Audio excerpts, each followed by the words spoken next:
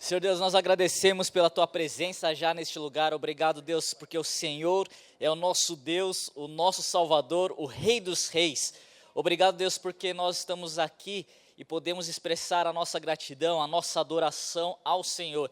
E nesse momento, Deus, nós pedimos que o Senhor abra o nosso coração, que o Senhor fale conosco, que nós possamos sair diferentes da forma que nós entramos aqui e possamos de verdade ser verdadeiros discípulos de Jesus Cristo, posicionados na Tua palavra que é a verdade. Muito obrigado, Senhor, esteja abençoando, tocando cada coração aqui. E nós desde já declaramos todas as sortes de bênçãos espirituais. Em nome de Jesus, amém. Pode se sentar. Bom, gostaria de falar algo rapidinho, nós temos meia hora aqui para a gente falar. E nós sabemos que nós vivemos no mundo que é um mundo falido, um mundo caído. Desde Adão, quando Adão pecou, a gente sabe que nós vivemos numa guerra espiritual. Você sabe disso? Nós sempre estamos numa guerra espiritual. E Paulo fala que a nossa luta não é contra a carne, não é contra sangue, ou seja, não é contra ser humano, mas é contra dominadores do mundo. Paulo fala que são potestades, são principados, dominadores nas regiões celestiais. Ou seja, é uma luta espiritual, tá certo? E você estava ontem, a gente viu que Jesus falou, eu não sou deste mundo, Jesus falou. E quantos aqui são discípulos de Jesus? Levanta a mão. Se você é discípulo de Jesus, você também não é deste mundo. E ontem eu falei para você falar, para quem está do seu lado, você é um extraterrestre. Quem estava aqui? Então fala de novo para quem está do seu lado, você é um extraterrestre. É um ET, é isso aí.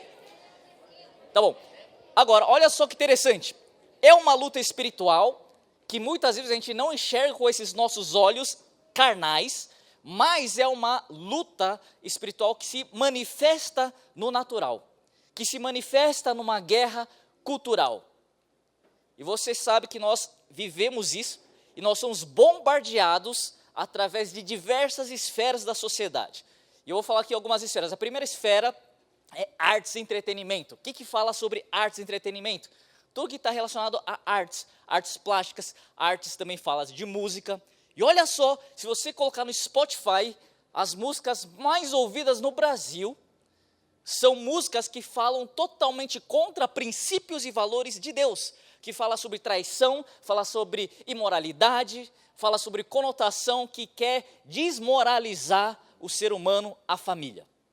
Olha só como você e nós somos bombardeados através de artes e entretenimento. E artes e entretenimento também tem a ver com aquilo que nós assistimos na televisão. E você sabe, você que acompanha séries de Netflix, você sabe que às vezes a série começa boa, mas começa destruindo os valores e conceitos cristãos de uma família, homem e mulher. E você começa a ver coisas que são totalmente imorais e outras coisas são amorais, ou seja, não tem mais moral. O que é moral? O que é o certo? O que é o errado? Tudo é certo, tudo é errado.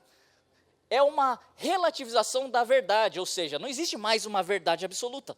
Ou seja, é uma guerra espiritual, mas que começa a atacar a nossa mente. Fala comigo, mente. E olha só, toda guerra, você aprendeu, já viu isso na escola, eles querem ter conquista de território. Você sabe disso? Querem aumentar suas fronteiras, querem conquistar territórios. E a guerra que nós vivemos hoje, essa batalha espiritual, e que manifesta numa guerra cultural, eles querem conquistar não territórios físicos, geográficos, mas eles querem conquistar territórios mentais. E o principal alvo dessa guerra cultural, que é uma batalha espiritual, sabe qual que é? Põe a mão na sua cabeça. É a sua mente. Esse é o alvo, esse é onde o inimigo ele quer avançar. Ele quer conquistar, aumentar o território da mente de vocês. E nós somos bombardeados, eu falei da arte e entretenimento. Aí a gente fala de comunicação e mídia. Você sabe, quando você entra lá no TikTok, quando você entra, e não deveria entrar no TikTok, mas você vê no Instagram, mídia, YouTube, diversos youtubers também, que são influentes, no sentido de milhões e milhões de seguidores, mas que levam milhões e milhões de seguidores a pensarem de uma forma totalmente antibíblica, totalmente contra a palavra de Deus. E a gente falou de arte, entretenimento, comunicação e mídia. Nós falamos de política e governo, é uma outra esfera da sociedade. que também está sendo bombardeado de implementar políticas públicas que vão totalmente contra os princípios de Deus, vão totalmente contra a família. É uma guerra. Falamos de arte, entretenimento, comunicação, mídia, política, governo, economia e negócio. Muitas coisas financiadas, muito dinheiro, recurso levantado para financiar projetos obscuros, também para tirar os valores cristãos da nossa sociedade. Enfim, diversas outras esferas nós temos também. A educação, por exemplo, e você sabe, quem estuda numa escola? Se você estuda numa escola, você está sendo atacado constantemente na sua escola. Mas qual que é a solução? A solução é que lá, quem tem a Bíblia aí? Abra sua Bíblia em 2 Coríntios capítulo 10, versículo 4, Paulo fala dessa guerra espiritual, mas nós temos armas contra essa guerra. E fala o seguinte, versículo 4, porque as armas da nossa luta não são carnais, mas poderosas em Deus, para destruir fortalezas. Que fortalezas são essas? E aí prossegue aqui no versículo. Essas fortalezas são raciocínios falaciosos, ou seja, fala comigo, ideologias. Em outras versões fala assim, em vãs sutilezas, em sofismas. Versículo 5, e toda a arrogância que se levanta contra o conhecimento de Deus. E levamos cativo todo o pensamento à obediência de Cristo. Ou seja, é uma arma poderosa em Deus, espiritual, mas percebe que é uma arma que destrói fortalezas, e essas fortalezas são fortalezas mentais. Porque a gente viu na escola, através da TV, através de música, são construídas fortalezas na sua mente, porque eu falei que o inimigo, ele quer avançar, ele quer conquistar a sua mente, porque a forma que você pensa determina a forma que você vive. O que ocupa a sua mente determina aquilo que você pensa, e aquilo que você pensa determina aquilo que você vive e aquilo que você vai se tornar. Olha só como é perigoso. O que é que está ocupando a sua mente? Será que são conteúdos de YouTube, conteúdos de Instagram, ou será que são verdades da palavra de Deus? E deixa eu falar uma coisa para vocês. Vocês são chamados para trazer uma transformação na nossa nação brasileira. Quantos creem nisso? Amém. Fala comigo, repita comigo. Eu sou chamado para trazer uma transformação na minha nação brasileira. Você tem que entender isso, que se você está vivo hoje, aqui no Brasil, você é chamado sim para trazer uma diferença.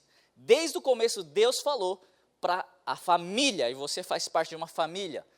Deus abençoou a família e falou, sede fecundos, multiplicai, enchei a terra, dominai sobre tudo que tem sobre a terra. Em outras palavras, nós somos responsáveis para influenciar. Liderança tem a ver, governo tem a ver com influência.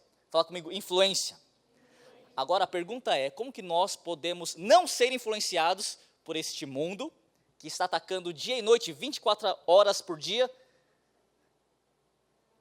mas não ser influenciados, mas muito pelo contrário, influenciar. Quando muitas vezes você vai se tornar uma minoria. E hoje eu quero trazer 3 coisas práticas para você entender como que eu posso influenciar, cumprir com o mandamento de Deus, que é dominar a terra no sentido de governar a terra e não ser influenciado pelo mundo. Quantos querem saber isso? Então, olha só, abra sua Bíblia em Daniel, capítulo 1. E a gente vai falar sobre a vida de Daniel, que ele tinha em torno dos seus 14 a 17 anos, quando ele foi para Babilônia, como escravo. E de Jerusalém até Babilônia, dá em torno aí de 1.000 quilômetros. Ele foi 1.000 quilômetros a pé. Alguém já correu 10 quilômetros? Já? Parabéns. Alguém correu já 100 quilômetros? Ou já andou 100 quilômetros a pé? Enfim, Daniel e seus amigos e o povo foi 1.000 quilômetros a pé até ser escravo. Versículo 3, Daniel capítulo 1, nós vamos ler aqui. Então presta atenção, eles foram escravos, e aí o que aconteceu foi que o rei na época ele falou assim, eu preciso de alguns escravos, mas eu não quero qualquer escravo. Eu quero escravos bons, porque esses escravos não vão trabalhar ali fora, eles vão trabalhar aqui no meu palácio. Então eu quero os melhores escravos. O rei Nabucodonosor falou isso. E você sabe, Babilônia vem da palavra Torre de Babel. Você lembra da Torre de Babel? Que é uma confusão, onde os homens queriam ser alguém, queria ter fama, e por causa da autossuficiência, Deus confundiu a língua, e Babilônia significa então confusão, que vem da autossuficiência. E olha só, o rei falou pro cara lá que recrutava as pessoas, falou assim, disse o rei, versículo 3, disse o rei a Aspenaz, o chefe dos eunucos, que trouxesse algum dos filhos de Israel, tanto da linhagem real como dos nobres, jovens sem nenhum defeito, de boa aparência, instruídos em toda a sabedoria, doutos em ciência, versados no conhecimento e que fossem competentes para assistirem o palácio do rei e lhe ensinasse a cultura da língua dos caldeus. Presta atenção, eles passariam de escravos para um escravo um pouco melhor, que iam trabalhar lá no palácio do rei. E o que chamou a atenção, qual foi o critério que o rei pediu, e o Aspenaz, que era o cara que recrutava, ele entendeu como algo que vou recrutar. E aqui a gente vê pessoas de boa aparência. Fala comigo, boa aparência. Aparência é importante sim, mas não é tudo. É importante nós cuidarmos da nossa aparência. E ele fala instruído em toda sabedoria. Quando a gente vê instruído em toda sabedoria, significa que as pessoas, ou Daniel, eles conheciam várias coisas. Eles sabiam o que estava acontecendo no mundo, eles sabiam um pouco de economia, eles sabiam um pouco de ciência, eles sabiam um pouco de matemática, eles sabiam de muitas coisas. Aqui fala também versados no conhecimento. Ele também tinha o conhecimento específico daquilo que ele estudava. E segundo o que a gente vê na Bíblia, Daniel ele estudava os astros. Ele estudava astronomia, e ele era muito bom nisso. E que fossem competentes para assistirem, para estarem no palácio do rei. O que chamou a atenção, o que fez com que esses hebreus fossem recrutados de escravos para servos no palácio do rei, foi uma coisa que chama diligência. Fala comigo, diligência. O que é diligência? Diligência, se você for ver na definição, é nada mais do que dedicado, ativo, proativo, responsável, zeloso, cuidadoso. Eles eram cuidadosos com a sua aparência, eles eram cuidadosos com seus estudos, eles eram cuidadosos com tudo. E foi isso que fez com que o rei Nabucodonosor e a cultura babilônia visse nesses 4 hebreus algo que eles fossem recrutados, que era diligência. Abra sua Bíblia em Timóteo, 1 Timóteo capítulo 4. Paulo está falando aqui para Timóteo, ele está reforçando algo para o seu discípulo Timóteo. E você sabe, Paulo é um dos grandes apóstolos aqui da Bíblia. E ele fala o seguinte, ninguém despreze a tua mocidade, versículo 12, ninguém despreze a tua mocidade, pelo contrário, torne-te padrão. Quantos são aqui mocidade? Significa pessoas que são jovens adolescentes, todos nós aqui, certo? Então, não despreze, ou seja, não faça pouco caso, ou aproveite esse momento que você é jovem, que você é adolescente. Paulo está falando para Timóteo, não despreze, muito pelo contrário, torna-te padrão, exemplo, modelo. Agora, de quem? Não só do mundo, não só para o mundo, mas dos fiéis. É fácil você ser exemplo para o mundo, não é verdade? Mas aqui Paulo está falando para Timóteo, seja o melhor dos melhores, até dos fiéis. Como? O que eu tenho que ser padrão? Fala comigo na palavra. Na palavra aqui tem 3 aspectos da palavra. Primeiro, na palavra de Deus. Significa que nós precisamos ser exemplos na palavra, nós temos que entender, nós precisamos ler a palavra de Deus, são as verdades. Mas a palavra também fala aqui em relação à forma que nós comunicamos. Como que nós falamos, porque às vezes não é aquilo que fala que está errado, mas a forma que você fala que pode ofender as pessoas. Tá certo? Então, tenha cuidado, seja padrão na forma como você fala, seja padrão na palavra, na Bíblia, mas seja padrão também na palavra, ou seja, sabe homem de palavra que fala e cumpre? Tem pessoas que falam e não cumprem. Tem pessoas que falam que vão entregar o trabalho e não entregam na hora que tinha que entregar, na data que tinha que entregar. É na palavra. Também fala aqui Paulo no procedimento, ou seja, na conduta, na atitude, na postura. E eu falei, a sua conduta, o que você faz, como você vive, é determinado por aquilo que você pensa. E o que você pensa é determinado por aquilo que você consome, vendo e ouvindo. E Paulo está falando, seja exemplo também aqui na conduta, no amor, na fé, na pureza. E a pureza aqui também tem a ver com a pureza de moral, com relação à imoralidade sexual, aquilo que você vê, cuidado, aquilo que você ouve, cuidado, aquilo que você fala, cuidado. E é isso que Paulo está falando também aqui para Timóteo. Até a minha chegada, versículo 13, aplica-te a leitura. E aqui Paulo está falando da leitura do postagem de Instagram. Não fica aplicando na leitura do Instagram. Não, aplica na leitura do quê? Da palavra, de coisas, de ciência. A exortação ao ensino, versículo 14. Não te faças, fala comigo, negligente. O que Paulo está falando? Não faça pouco caso. Não seja negligente. E o contrário de negligente é, seja diligente. Diligente. Para com o dom que há em ti, o qual foi concedido mediante a profecia com a imposição de mãos do presbitério. Medita estas coisas e nelas ser o quê? Diligente. Para que o teu progresso a todos sejam conhecidos. Para que o seu progresso, para que você seja escolhido entre os melhores dos melhores, seja diligente em todas as coisas. Em como você fala, em como você lida com as pessoas, na palavra, em todas as coisas. E foi por isso que Daniel e seus amigos foram escolhidos para estarem próximo ao rei. E por que eu estou falando isso? Porque eu falei que nós somos chamados para influenciar.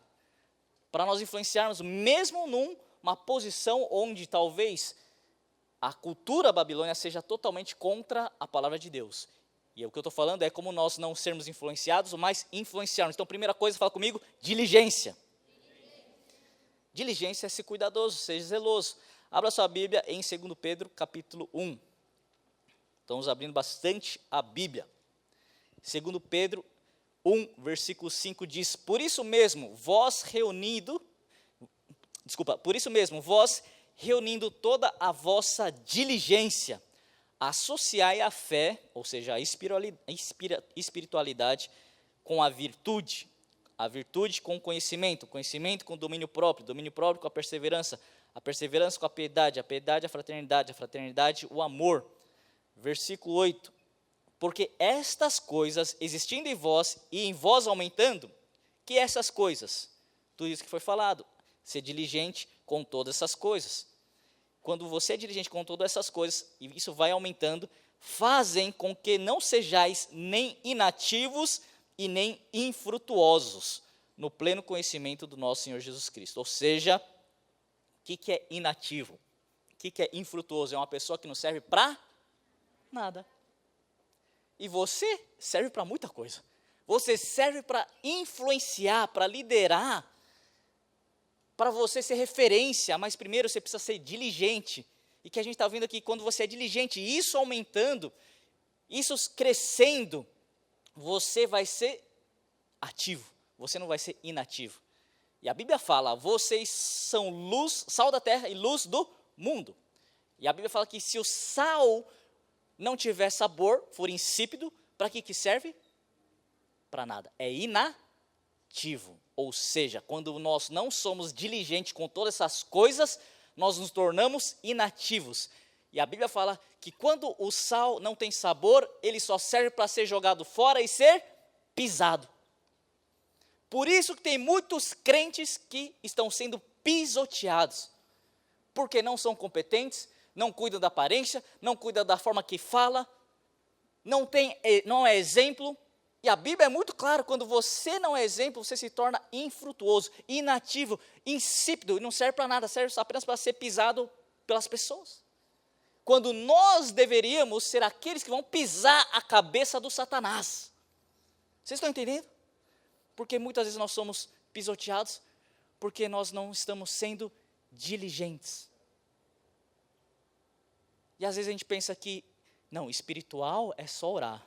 Claro que tem que orar. Espiritual é ler a Bíblia. Claro que lê a Bíblia. Mas e a forma que você cuida do seu corpo? E a forma que você faz e entrega os seus trabalhos na escola? E a forma que você é excelente? A responsabilidade. E a forma que você fala com seus pais? Paulo está falando, seja exemplo, seja padrão dos fiéis em todas as coisas, ser diligente, para que seu progresso seja manifesto. E quando você faz tudo isso, você é reconhecido, seu progresso, seu sucesso é reconhecido. Ou seja, a primeira coisa que vai atrair as pessoas para que você possa estar numa posição de influência, não é somente o quanto você ora, claro, não é o quanto você prega, claro que precisa, mas é a sua vida de diligência em todas as coisas. Vocês estão entendendo? Fala comigo, diligência. Agora olha só, segunda coisa que a gente vai ver, fala comigo, decisão. Ó, tudo começa com D, para você não esquecer. Primeiro é diligência. Segundo é decisão. Tudo 3D, ó, a pregação 3D, tá? Decisão. A decisão é muito importante. E olha só, Daniel, como eu falei, ele foi lá, nessa faixa etária, era jovem, adolescente, e ele decidiu. Daniel capítulo 1, volta lá para Daniel capítulo 1, versículo 5 a 7. O rei determinou que eles recebessem uma alimentação diária, tirada das finas iguarias da mesa real e do vinho que ele bebia.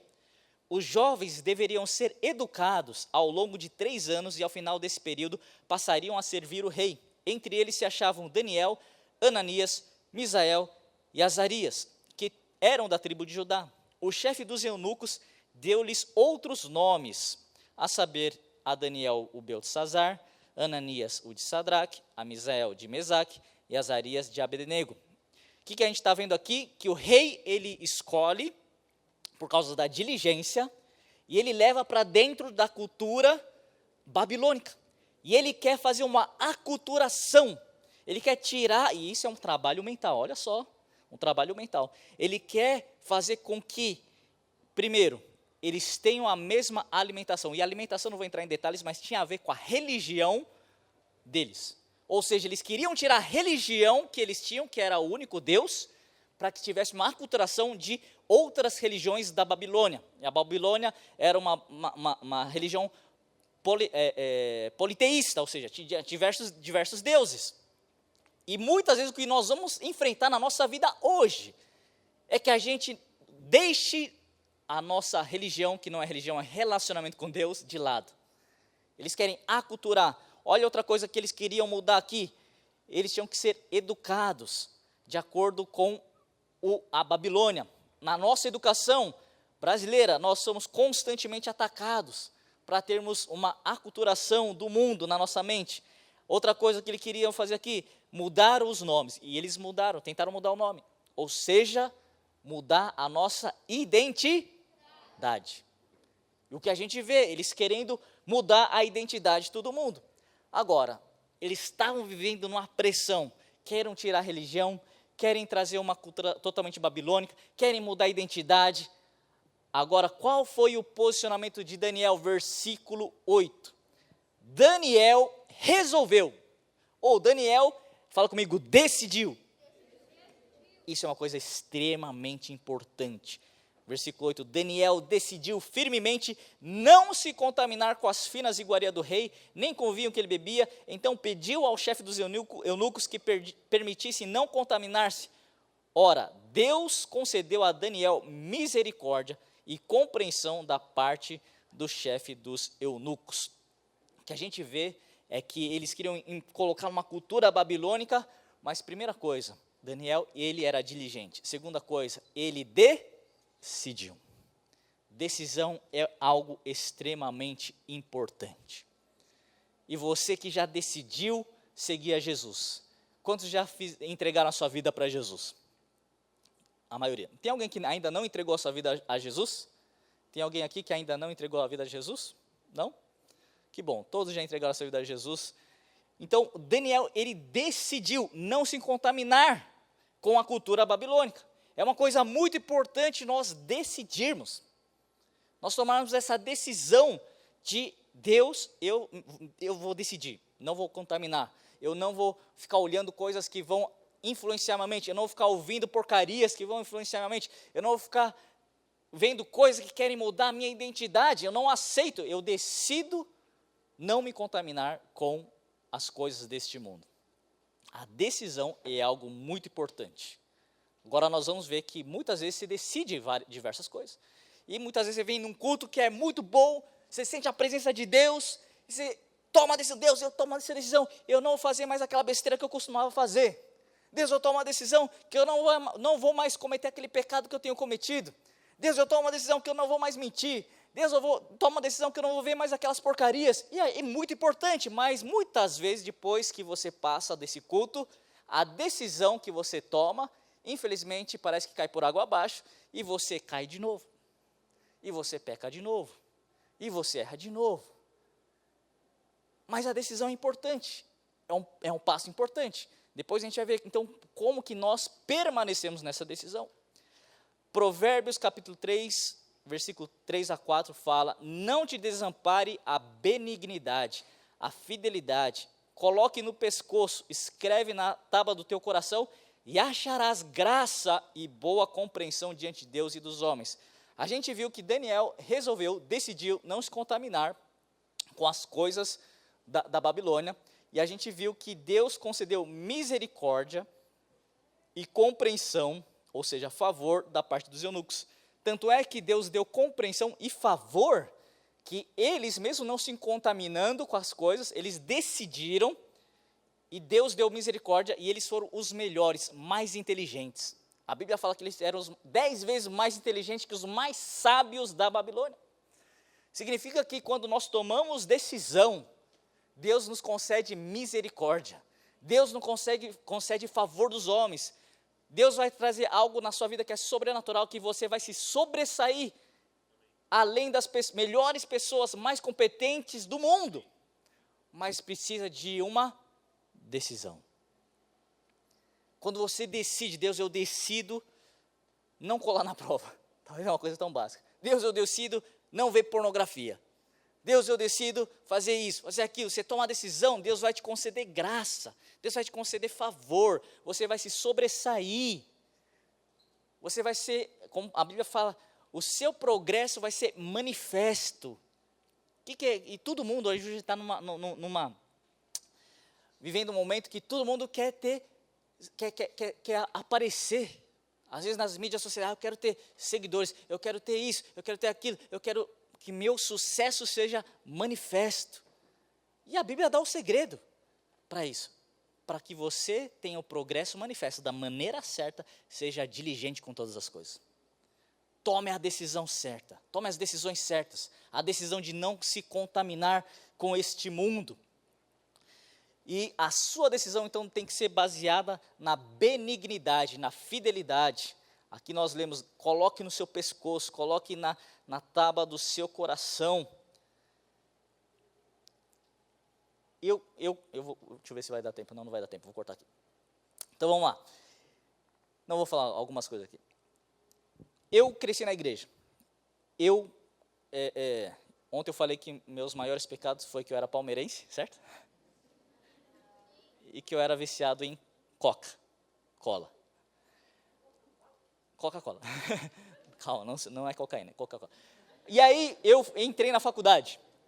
E quando eu entrei na faculdade, eu fiz faculdade de fisioterapia numa outra cidade chamada Mogi das Cruzes. Então eu fui morar sozinho com 18 anos.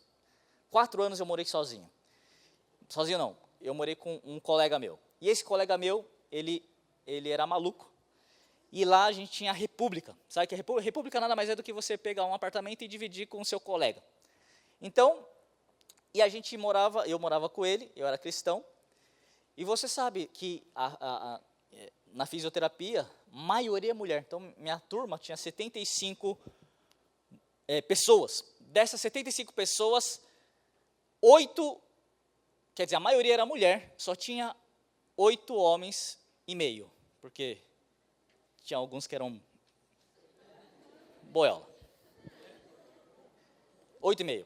Enfim, E aí você vai entender, quem já sabe, viver na universidade, na faculdade, primeiro, você já é mais bombardeado com as ideologias.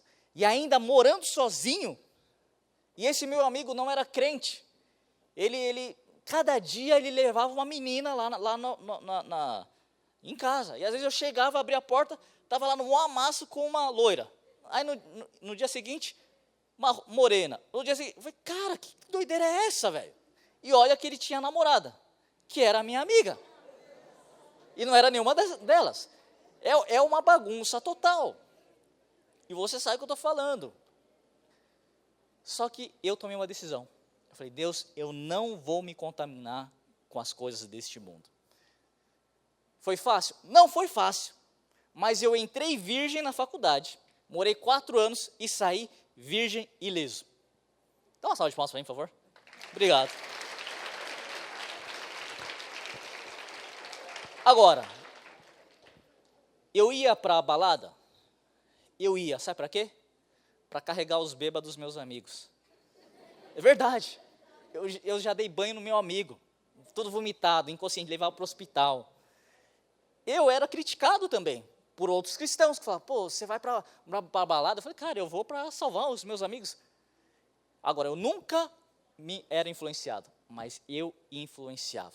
Eu ia para o bar? Ia. Não estou falando que você deva ir, tá? Mas eu ia, porque eu bebia? Não bebia. Mas eu era o único que mantinha posicionado.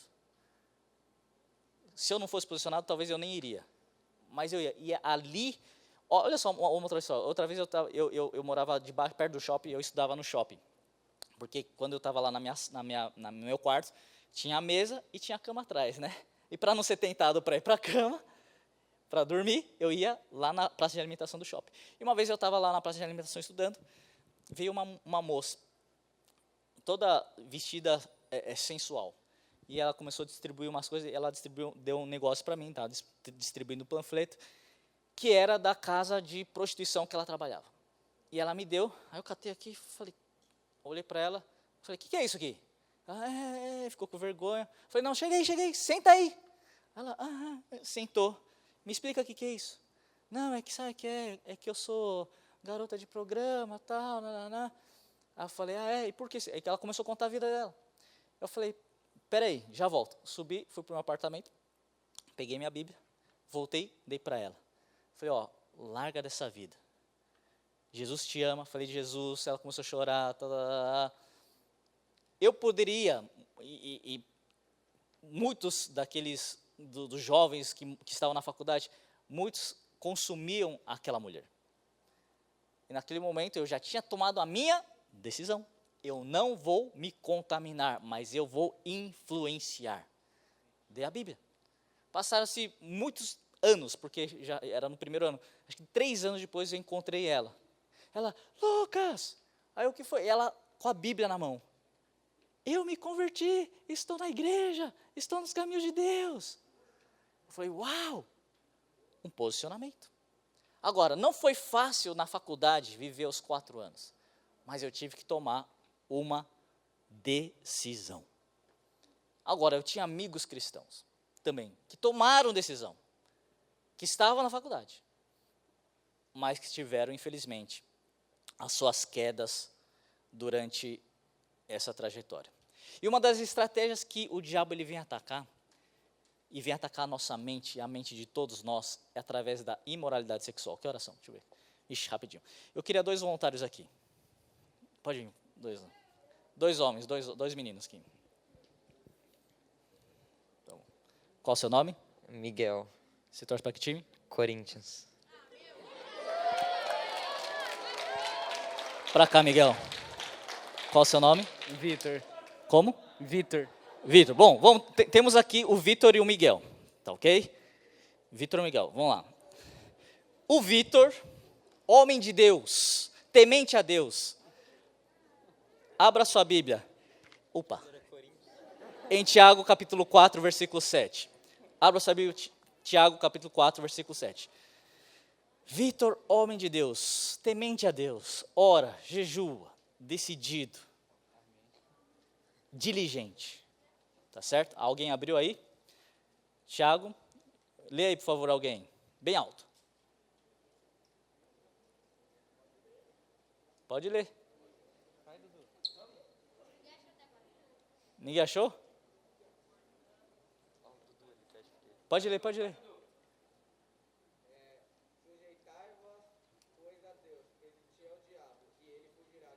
Tá bom. Sujeitai-vos a Deus, resisti ao diabo e ele fugirá de vós. Vitor, homem temente a Deus, sujeito a Deus.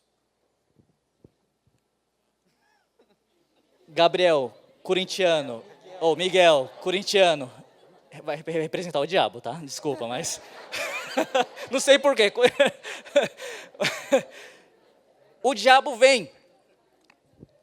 Vitor, temente a Deus. E a Bíblia fala, sujeitai a Deus, resistir ao diabo. Faz de conta que vocês vão lutar. Resistir ao diabo. E o diabo fugirá de vós. Entenderam? Só que o diabo, ele sabe. Cara, eu não consigo vir aqui com o Vitor, então vou usar uma outra arma. E aí, abra sua Bíblia agora em 1 Coríntios capítulo 6, versículo 18. 1 Coríntios 6, versículo 18. Só a primeira frase, só a primeira frase. Alguém pode ler?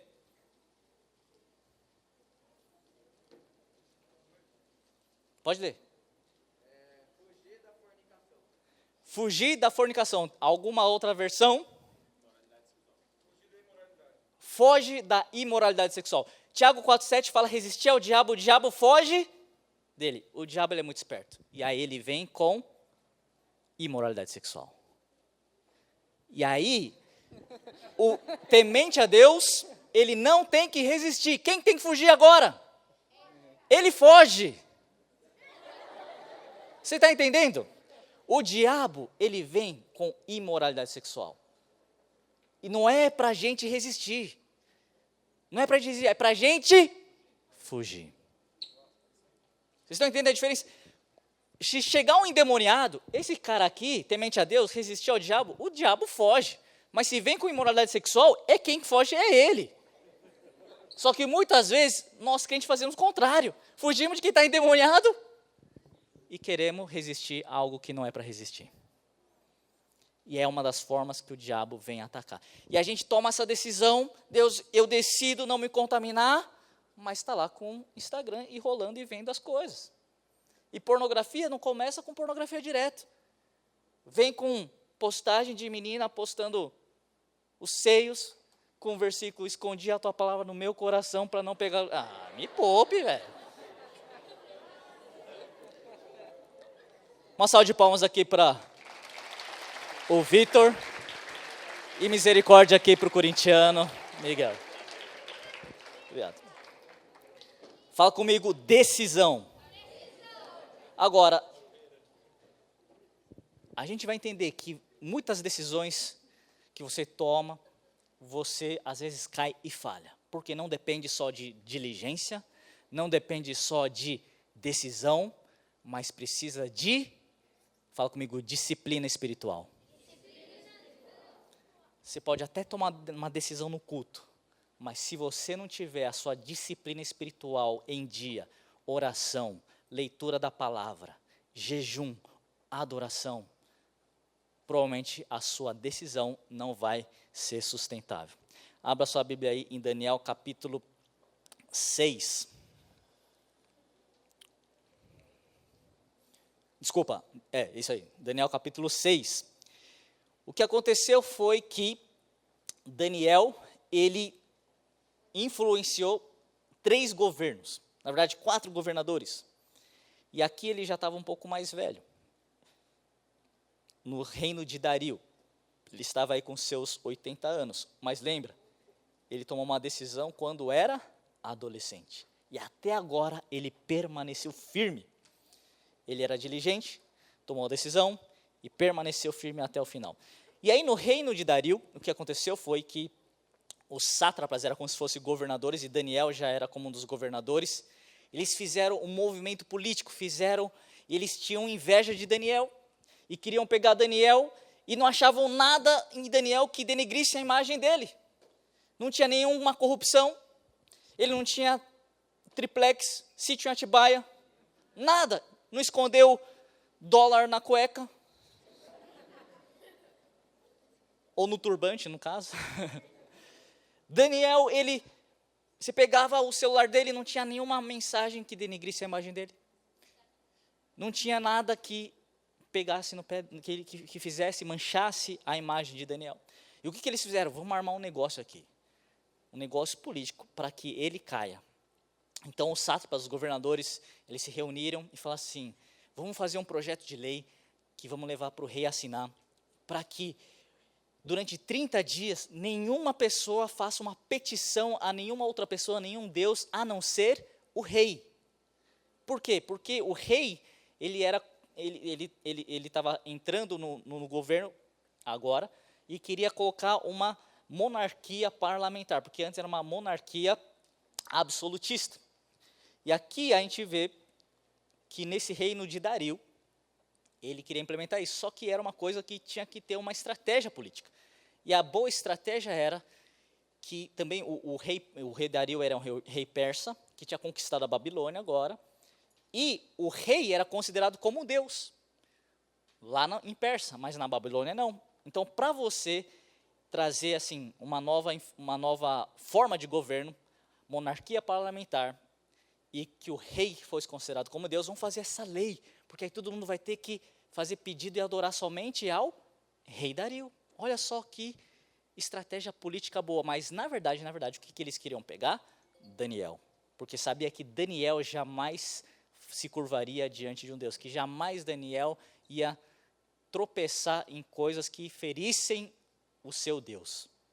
E aí eles fizeram esse projeto de lei, levaram lá para o rei Dario, e o rei Dario falou, não, uma boa estratégia política, porque aí a gente vai implementar uma monarquia, e eu vou ser considerado como Deus também, ótimo, então vou assinar. E ele assinou.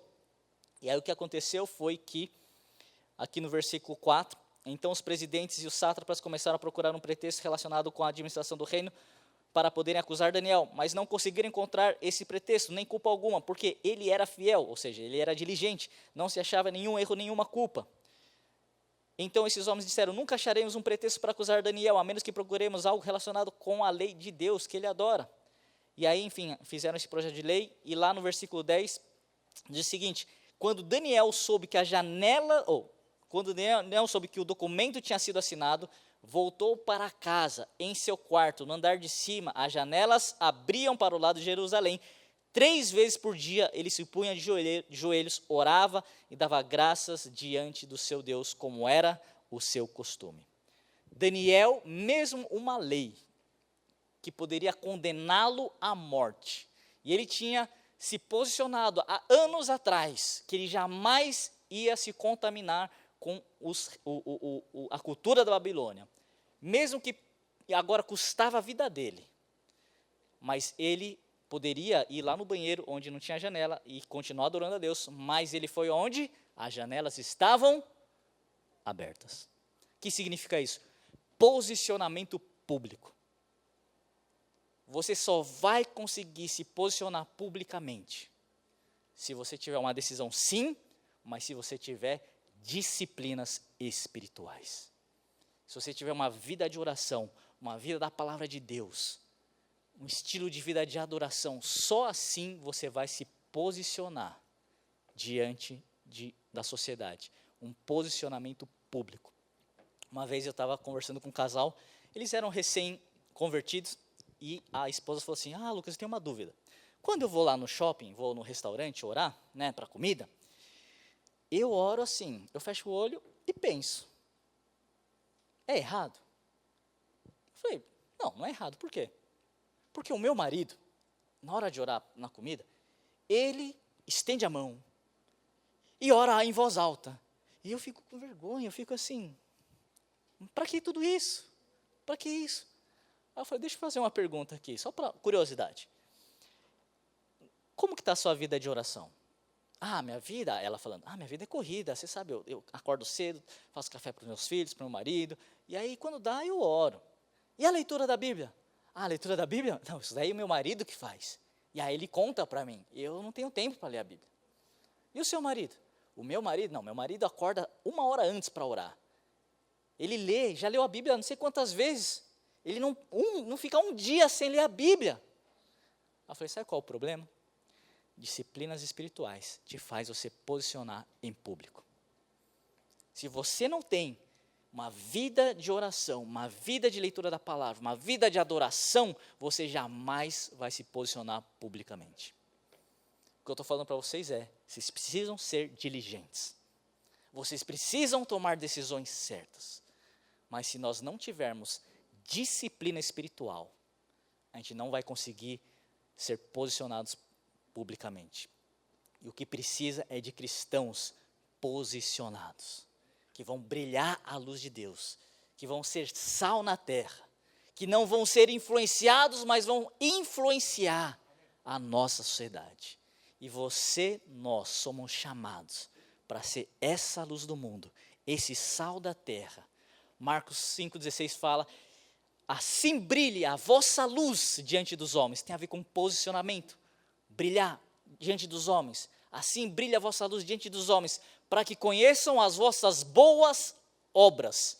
Não é só as suas boas pregações, não é apenas suas orações, não. É sua vida inteira, seu posicionamento público, que vai se refletir a sua vida de oração no secreto, a sua vida de busca a Deus, sua vida de leitura da palavra. O seu posicionamento vai ser traduzido em obras públicas, e assim você vai brilhar a sua luz diante dos homens, para que glorifiquem a Deus que estás nos céus.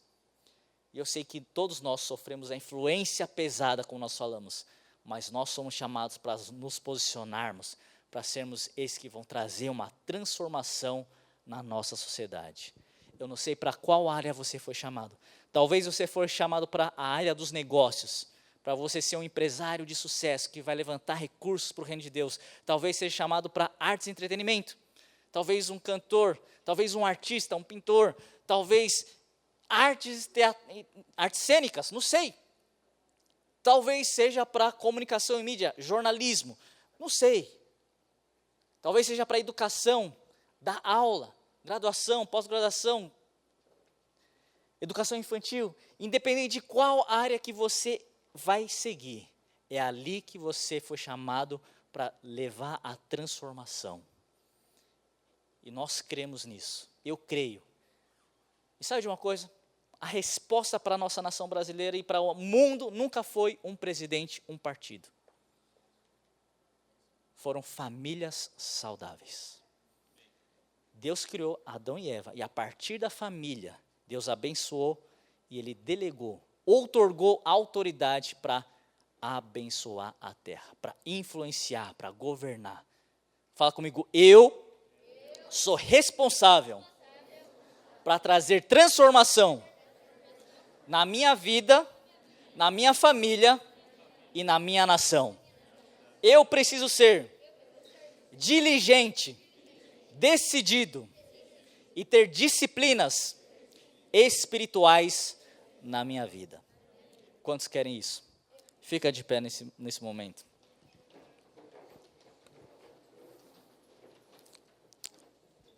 Levante suas mãos. Se você quer hoje tomar essa decisão, a decisão de ser diligente com todas as coisas, a decisão de não se contaminar com o mundo, a decisão de buscar a Deus acima de todas as coisas, ter as suas disciplinas espirituais alinhadas, e os seus líderes de célula, eles sempre vão te ajudar com isso. Então levante sua mão. Deus, nós nos posicionamos hoje como embaixadores de Cristo, que vão levar de verdade a luz no meio das trevas, que vamos levar, Deus, a transformação na nossa família, transformação nas nossas escolas, transformação no círculo de influência dos nossos amigos. Nós não vamos ser influenciados, muito pelo contrário, nós vamos influenciar através da palavra, através do poder do Espírito Santo, através do amor de Jesus Cristo que foi derramado por cada um de nós. E Deus, nessa noite nós nos comprometemos a sermos diligentes com todas as coisas, com os nossos estudos, com os dons naturais, com os dons espirituais, com tudo que o Senhor nos deu, com o nosso corpo, com as nossas coisas. Deus, nós também tomamos uma posição, uma decisão de nós não contaminarmos com este mundo, que aquilo que nós ouvimos, que aquilo que nós vemos, se for algo que incomoda o Teu Espírito Santo, que o Senhor possa falar ao nosso coração e nós possamos também ser sábios, tomar decisões sábias e não nos contaminar. Nós decidimos hoje, nessa noite, também a estarmos alinhados com a Tua palavra, a ter uma vida de oração, de busca, de entrega, porque o Senhor tem grandes coisas através das nossas vidas. Nós Te agradecemos e pedimos, Espírito Santo de Deus, esteja selando estas palavras e estas decisões no nosso coração. Repita comigo bem forte: Senhor Deus, nesta noite, eu me posiciono como embaixador do Teu reino aqui na terra, para levar transformação para a nossa nação. Eis-me aqui, Deus. Eis-me aqui, Senhor. Me usa. Em nome de Jesus. Amém. Amém. Glória ao Senhor Jesus.